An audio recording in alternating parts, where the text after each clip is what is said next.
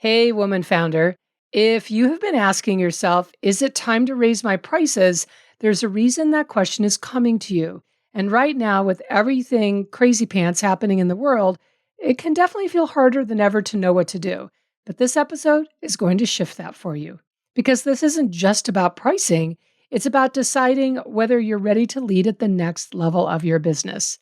I'm Kendall, and in this episode, I'm helping you get clear on one thing. Is it time to raise your prices, yes or no? So that you're no longer circling that decision, second guessing that decision, or waiting for the perfect moment. It's all here for you in this episode of the Money Coach School podcast. Let's dive in. Welcome to the Money Coach School podcast. To really excel at coaching women, you have to be skilled, confident, and even fearless at money coaching. If you're passionate about women holding genuine money power and love supporting women entrepreneurs, then this is the show for you. Now here's your host, money feminist Kendall Summerhawk. Hey, woman founder. The question on the table is it time to raise your prices? Today's episode is all about helping you make that decision. You know, there's a moment in your business where your pricing starts to feel tight. And yes, you're signing clients. Yes, your work is doing great with your clients. They're getting results and money's coming in. And there's something in you that keeps returning to that same question. Is it time to raise your prices? Maybe you're asking this question because you have a sense that you've outgrown where you are. Maybe you're asking it because you're seeing the value that you're bringing to the table with your clients. Or maybe you're asking if it's time to raise your prices because you've undercharged for a while now and you're still caught in that same loop. The point is, regardless of the reason, if you're finding yourself asking the question, that means there's a valid reason for it. And I get that right now with everything happening in the world, the economy, the conversations, the uncertainty that's in the air, that question can feel that much harder to answer because part of you is expanding while another part of you is looking around trying to gauge what's smart or what's safe, what makes sense right now. So in this episode, we're not just talking about pricing, we're deciding, is this your moment to raise your prices or not? Now, before we dive in, if you could do me such a huge favor, if you would go ahead and click the follow button as right next to where you are listening to this episode, I would so appreciate it. I am your money coach, and every episode here is designed to expand your cash flow, strengthen how you make money decisions, and help you create financial independence. So definitely click that follow button and let's get you never, ever missing an episode. All right, so here's where we're going to start because this really matters. Most of the ways that you've been taught to make this decision about whether you should raise your prices or not are based on outside circumstances. But in reality, those outside circumstances will keep you disconnected from your own leadership. So you've likely heard things like, wait until you're fully booked, raise when demand increases, look at what other people are charging. And all of that puts your pricing outside of you. And it creates this dynamic where you're constantly watching and adjusting and trying to get it right instead of just deciding. It's exhausting, right? Because the truth is, you don't raise your prices because the market tells you to. I mean, yes, sometimes you do. But you raise your prices because you've outgrown your current number. And that's a very personal, internal decision. So how do you know if that's actually happening? Well, there are three things I want you to look at. Here they are. Number one, your pricing no longer matches the level that you're leading at, that you're operating at, that you're delivering at. You have grown. Your skill is deeper. I talk about this all the time. Your thinking is sharper. The way you hold clients has expanded, but your pricing is still tied to an earlier version of you. So there is that mismatch, and you feel it. You feel it when you say your number, and I know you love your clients, but you feel it when you deliver your work. You feel it when money comes in, and sure, there's gratitude there, absolutely, but there's also this knowing that the money coming in isn't what it could have been. It isn't what you want it to be. So the point here is that your pricing is meant to reflect who you are now, not your past. Number two, there's a higher number that keeps coming up for you and you keep overriding it. This one is big because most women think that they don't know what to charge, but that's not actually what's happening. There's a number that comes to you. Maybe you've heard of someone doing similar work as you or even below your level, and it's still so much more than you charge, right? Or maybe it's a number that you really want to step into because it represents a milestone for you. And there's everything that's good and okay about that. Or maybe the number is as simple as an acknowledgement that this is what your work should be valued at this stage of your evolution. But then your mind steps in. It steps in and it says, is that too much? Well, people pay that right now. With everything going on, does that make sense? And so what do? You adjust, and you don't adjust upward. Let's be honest. You adjust downward. You talk yourself out of it and you bring it back down. And this happens not because the number was wrong, not at all. It happens because it asked something of you that's going to need to change. There is a reason, though, your intuition keeps putting a number in front of you. That number represents more than money. It represents a level of valuing your work that you're ready for, even though it may feel a little scary to step into. So the key point here is that your next level price isn't something you figure out, it's something that you stop overriding. And number 3, you feel the pull for more, but your pricing keeps you in the same place. Now, I want to be clear about this. This isn't about doing more. So many times women think that, well, if I charge more, I have to do more, and I don't want to do more. And that's an equivalency that you do not want to make. Charging more, it's really at this point more of a catching up of where you are than it is a way of saying, oh, well, I also need to do more. And that's for another episode entirely. But trust me, this is not about doing more. It's about what you're already ready for. More depth in your work, more refinement in how you coach or consult or advise, more space in how you run your business, more money moving through your business. Think of how good that would feel. And of course, what it brings to you, which is more freedom in your life. And you can feel that next level, but your current pricing holds you in your existing range. So even as internally you're wanting to expand, your business keeps repeating the same results. Now, here's the key learning in this. At a certain point, your pricing either supports your expansion or it keeps you circling where you have been. Now, let's talk about why this can feel so charged right now. This question of should you raise your fees or not? It's because the question about raising your fees is not happening in a vacuum. There's a lot being said right now about money, about the economy, about uncertainty, about people pulling back, being cautious, watching their spending. And if you're sensitive, which I know you are, you feel that. You pick up on it, you process it, you factor it in. And that's where things can start to get really blurry and the decision gets delayed. Because what begins as awareness, that there's a lot happening in the world, has now turned into hesitation. So you slip into asking, well, should I wait? Is this the right time?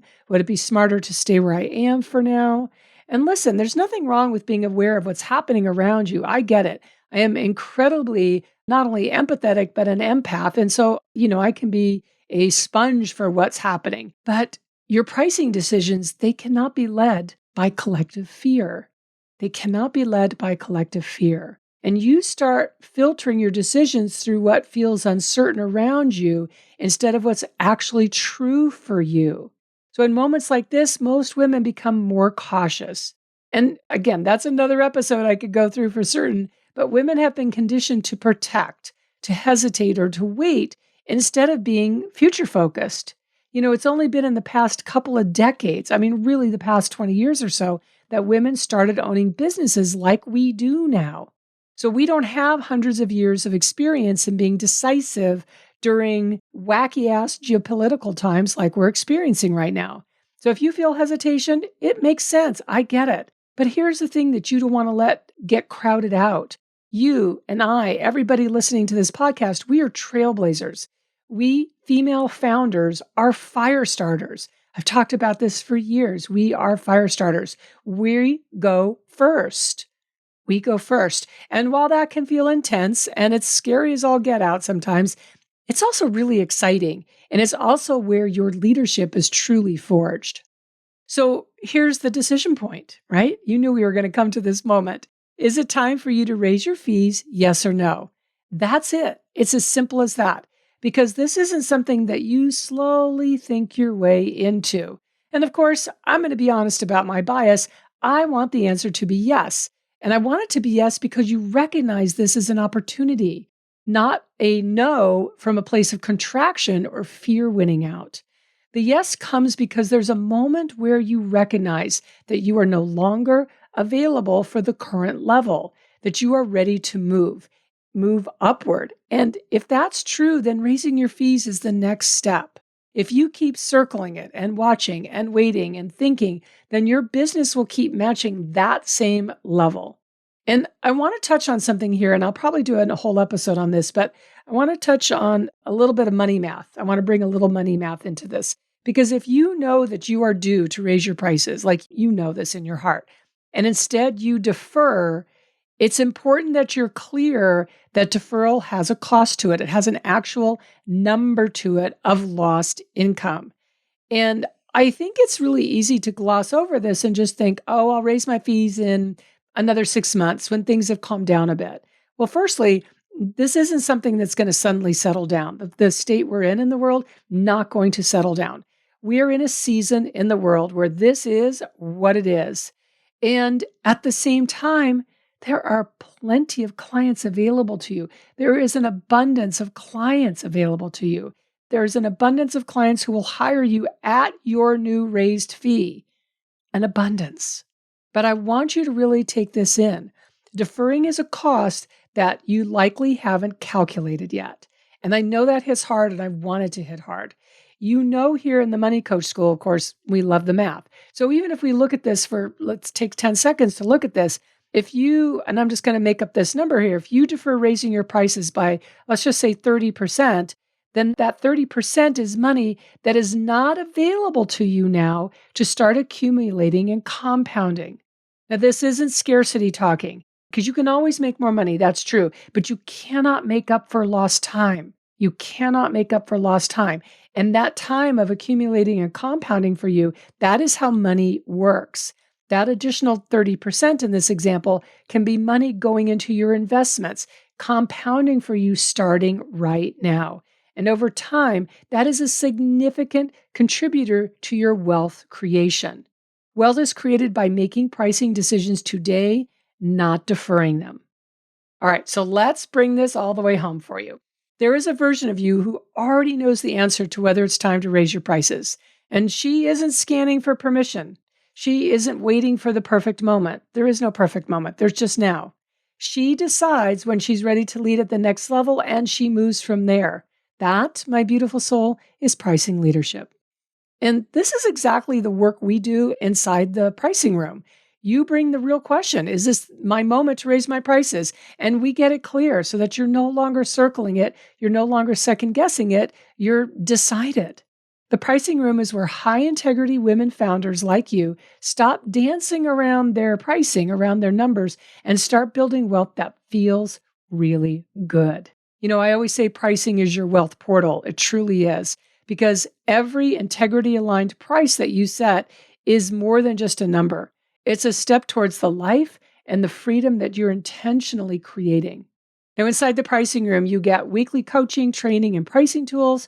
You get emotional support to hold your new number with clarity and with confidence. And you get languaging support so that you can stand behind your numbers without shrinking, without over-explaining, without over-delivering. Now, the founding member rate inside the pricing room, as of the time of this recording, is $38 a month or $380 annually, which gives you 2 months free. I know it's like a crazy low price. It's going to be changing very, very soon here. So I would encourage you to get in on this because then you'll get locked in at that $38 a month. There's no contract. You can cancel anytime. And you can check it out at kendallsummerhawk.com/pricing room. So again, that's kendallsummerhawk.com/pricing room. I'll also drop a link in the show notes. And here's what I want to leave you with. Deferring the decision of whether to raise your pricing or not has a cost. Not just financially, but in how you see yourself, how you lead, how you're positioned in the eyes of your ideal clients, and in what your business makes available for you. At some point, the question shifts from, should I raise my prices, to how much longer am I willing to stay here? And that's the real decision. So I know you've got this. You totally have got this. So I want to say thank you for being here. I love you. I want to support you with this. Come join me inside the pricing room. And for sure, I will see you in next week's episode. Thank you so much for tuning into this week's episode of the Money Coach School podcast. If you enjoyed this podcast, make sure you follow so you never miss an episode. Also, I would so love and appreciate if you would leave a 5-star review. Your review supports women just like you in discovering all of the juicy tips and insights I'm sharing here on how to coach women on money. And if you want to learn how to excel at coaching women on money, definitely go to kendallsummerhawk.com and check out the wealth of money coach trainings that we have for you. Thanks so much for being part of this money coaching movement and for tuning into the show every week.